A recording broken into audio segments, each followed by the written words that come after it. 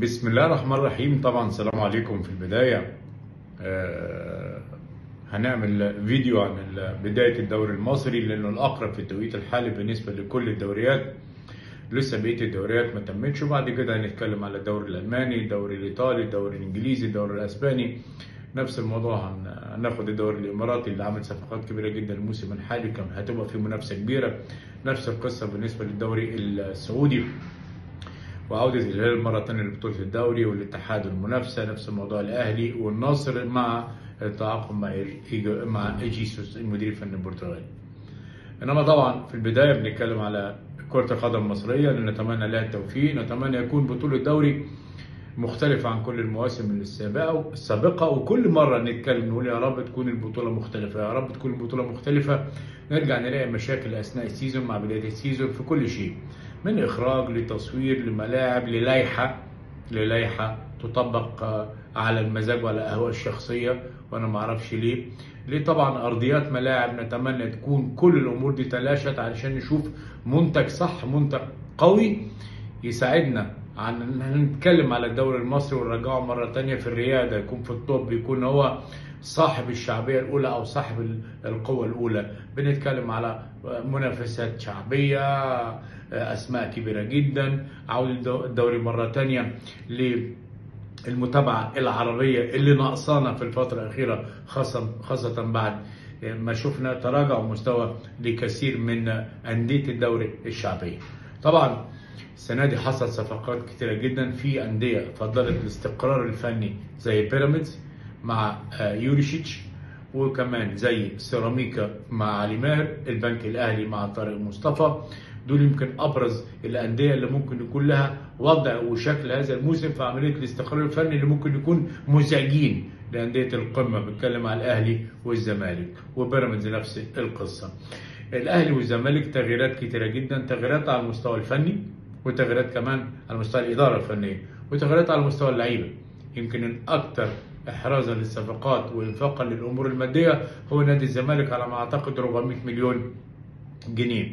النادي الأهلي 300 مليون جنيه فقط لا غير، خاصة إن صفقة زيزو جاية فري ببلاش يعني، وده لوحده مدي شكل أكتر للزمالك في الإنفاق المادي.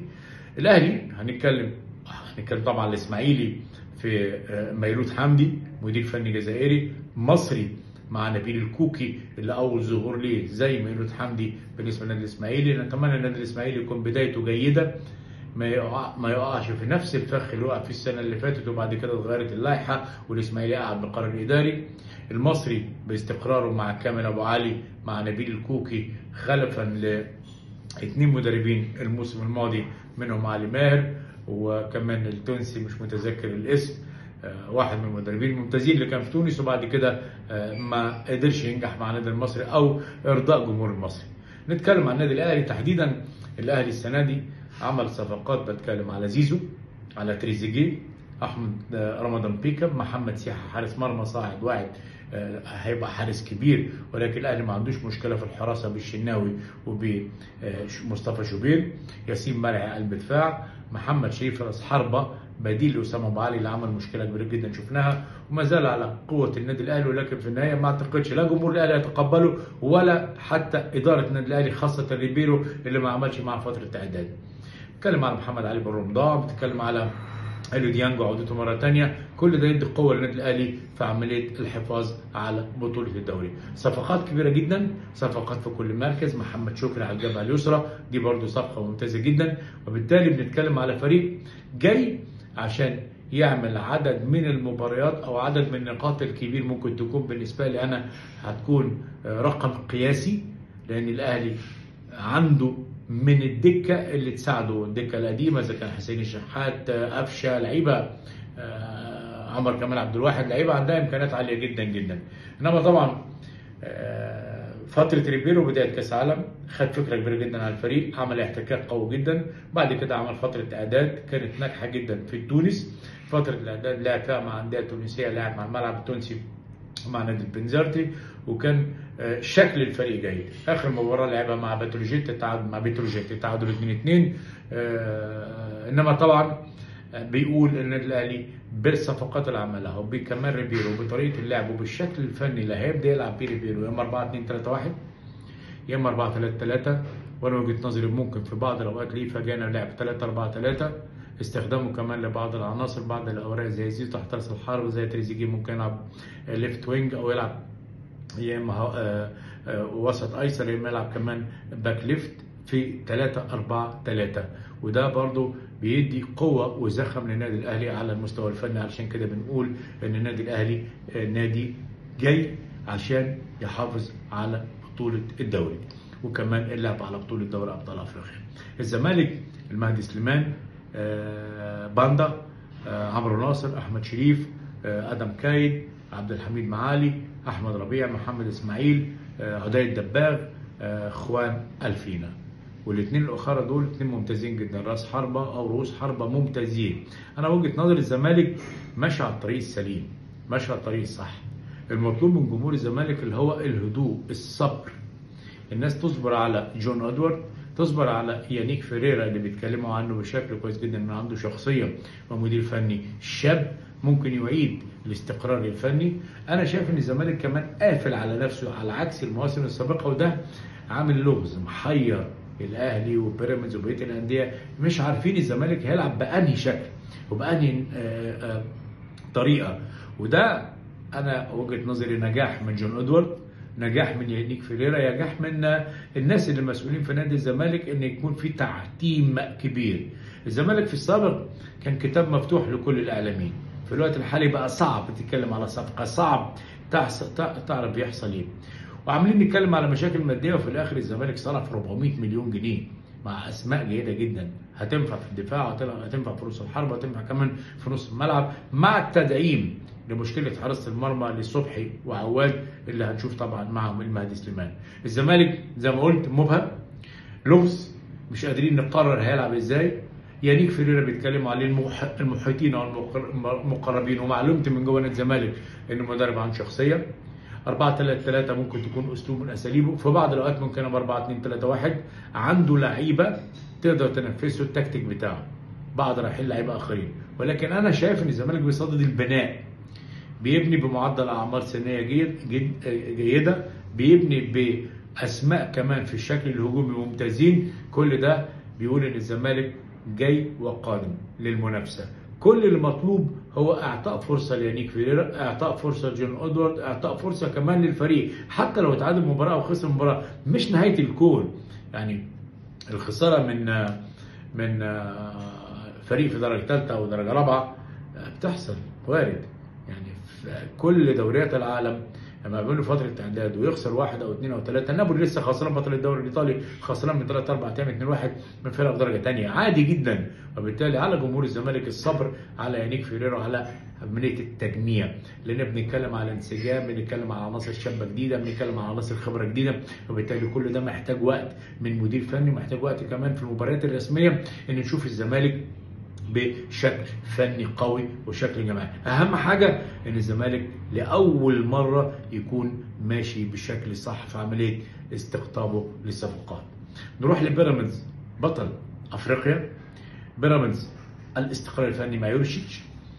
بيراميدز اللي عمل 3 صفقات، محمود جاد كحارس مرمى اللي جابه من المصري، مصطفى زيكو اللي هو راس الحربه بتاع زد، ومعاهم طبعا ايفرتون واحد هيبقى من مفاجآت الدوري. بتتكلم على خط هجوم قوي جدا، زيكو وايفرتون وكمان فيستون مايلي، مع ثبات المجموعه. عنده وسط ملعب قوي، عنده دفاع الى حد ما كان محتاج تطعيم، ولكن يبقى ان بيراميدز واحد من اقوى المنافسين.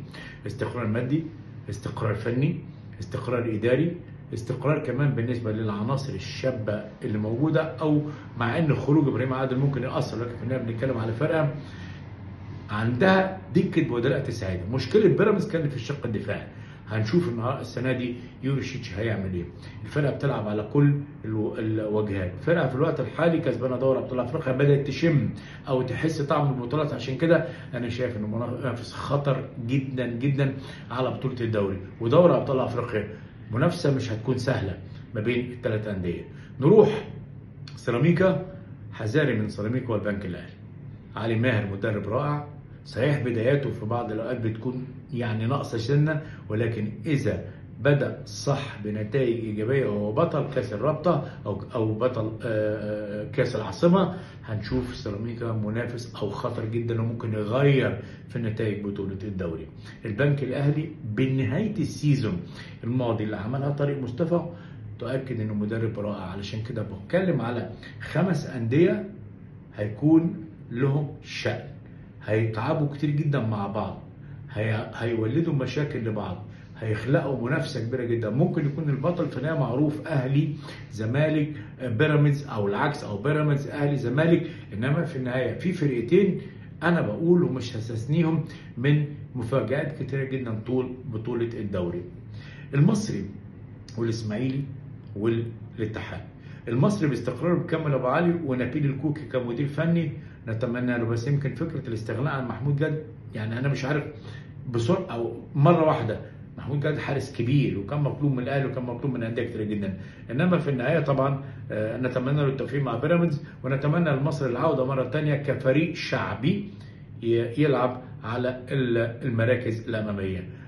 المحله تعويض للموسم الماضي، نفس الموضوع بنتكلم عن الاسماعيلي اللي فترات القيد عنده لسه متوقفه، نتمنى له التوفيق. ما عملوش صفقات انما عنده الاعتماد على بعض العناصر الشابه اللي كانت موجوده منه السنه اللي فاتت، مش بعض اللعيبه، ولكن هنشوف طبعا ميلود حمدي الجزائري ايه اللي هيعمله مع فريق نادي الاسماعيلي. يمكن دي كل حاجه بالنسبه للدوري. الاسبوع الاول هيورينا في انديه كتير جدا لغز بالنسبه لنا، ما شفناهاش، ما تابعناش المباريات الوديه لكل الانديه. الاسبوع الاول هيبنى عليه حاجات كتير جدا. صحيح هنتكلم على انديه عندها الاستقرار وعندها كمان الامور الدكه او الامور الفنيه او كمان قوه المنافسه والشخصيه موجوده في بعض الفرق، ولكن في النهايه لما نيجي نتكلم على مباراه الزمالك وسيراميكا، مباراه خطر جدا على الزمالك من سيراميكا للمستقر من الموسم الماضي مع بعض التدعيمات اللي عملها مؤخرا. بيراميدز مع وادي دجله والاهلي مع بتروجيت عمل الموسم الماضي كان اكثر من رائع، وبالتالي برضو المباراه مش هتكون سهله.